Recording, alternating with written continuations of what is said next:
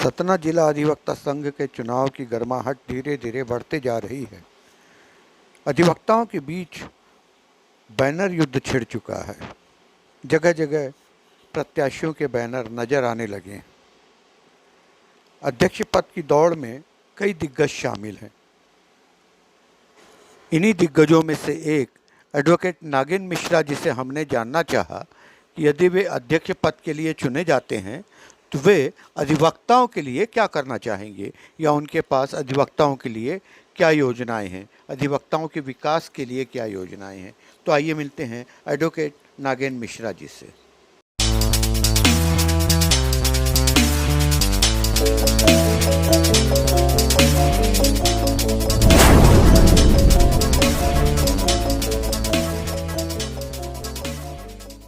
मुझे जिला अधिवक्ता संघ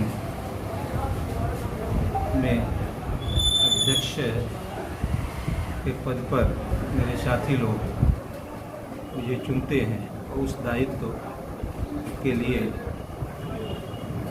मुझे अपना सहयोग प्रदान करते हैं, तो मेरी प्राथमिकता में सबसे पहली चीज़ ये रहेगी कि मैं अधिवक्ताओं के सम्मान को बरकरार रख सकूं, उनके हितों को लिए संघर्ष कर सकूं, लड़ सकूं। ये मेरी पहली प्राथमिकता है। दूसरी प्राथमिकता यहाँ दैनिक सुविधाएं, जिनसे हम लगातार वंचित हैं।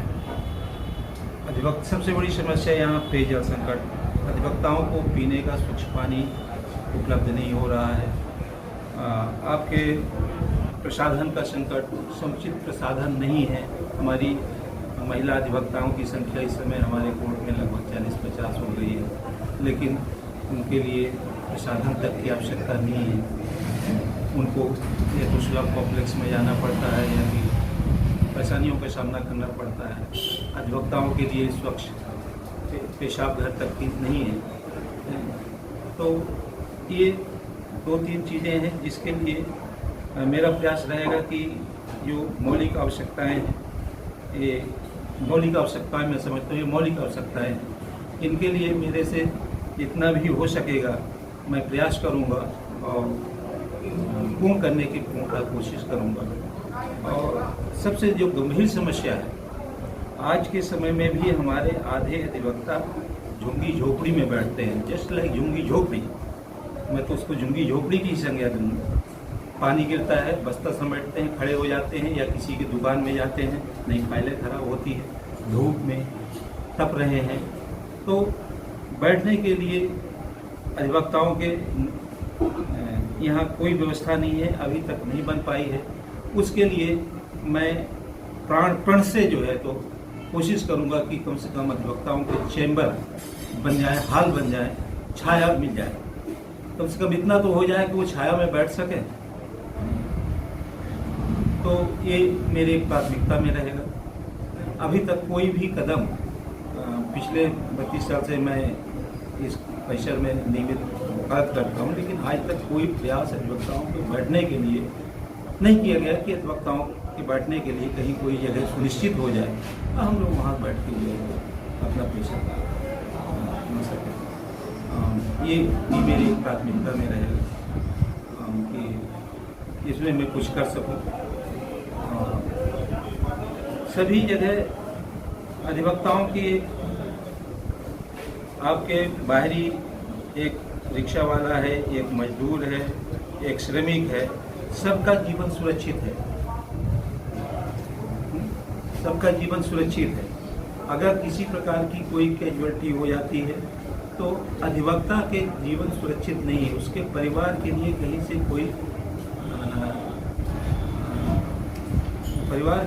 से कोई सहायता प्राप्त नहीं होती है।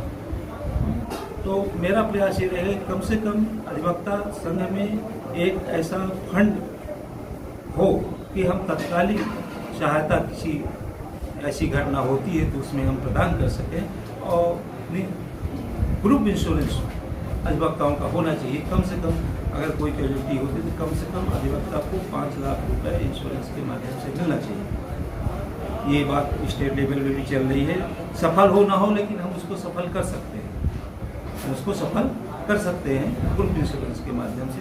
तो कम से कम ये एक जो है तो बहुत अच्छा विकल्प होगा कि हम इंश्योरेंस के माध्यम से ग्रुप इंश्योरेंस अधिवक्ताओं को करवा सकें और जो हानि होने वाली है उससे उनकी भरपाई तो नहीं हो सकती, लेकिन परिवार को कुछ लाभ प्राप्त हो सके। तीसरी सबसे महत्वपूर्ण बात है, हमारे यहाँ लगभग 40% जूनियर अधिवक्ता है। जूनियर अधिवक्ता आता है, अपना 100 रुपये लीटर पेट्रोल खर्च करता है, वापस जब जाता है हफ्ते में तो पता चला कि वो 100 रुपये हफ्ते भर में कमा पाया, 7 दिन आता 700 रुपये खर्च करता। उसके आय का एक निश्चित साधन होना चाहिए, एक स्रोत होना चाहिए। इस विषय पर भी हम काम करेंगे। उसके जूनियरों के लिए कम से कम एक ट्रेनिंग सेंटर की व्यवस्था होनी चाहिए कि हफ्ते 10 दिन में एक ट्रेनिंग हो, है ना?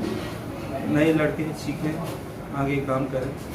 उसके लिए हम प्रयास करेंगे कि एक लगभग हफ्ते महीने में कम से कम 2 कैंप ऐसे हों जिससे जूनियर अधिवक्ताओं को लाभ प्राप्त हो सके और वो जो है तो इसमें जो है पार्टिसिपेट करें और नई नई जो तकनीकी आ रही है, नई नई जो बातें आ रही हैं कानून उससे रूबरू हों। और एक और महत्वपूर्ण बात है कि हमारे यहाँ लाइब्रेरी तो बन गई, आज के समय में पुस्तकालय के समय का समाप्त हो गया पुस्तक पढ़ना। तो मेरा पहला प्रयास ये रहेगा कि अधिवक्ताओं के लिए ई लाइब्रेरी तत्काल शुरू हो।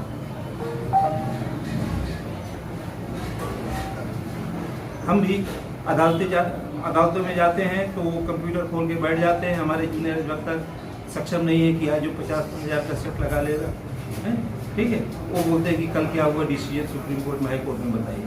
तो जब हमारे पास ई लाइब्रेरी रहेगी तो वहाँ से हमारा जूनियर अधिवक्ता सीख सकता है, सीनियर भी मदद ले सकता है, जिसको भी कानून की जानकारी चाहिए वहाँ से तुरंत उसको प्राप्त होगा।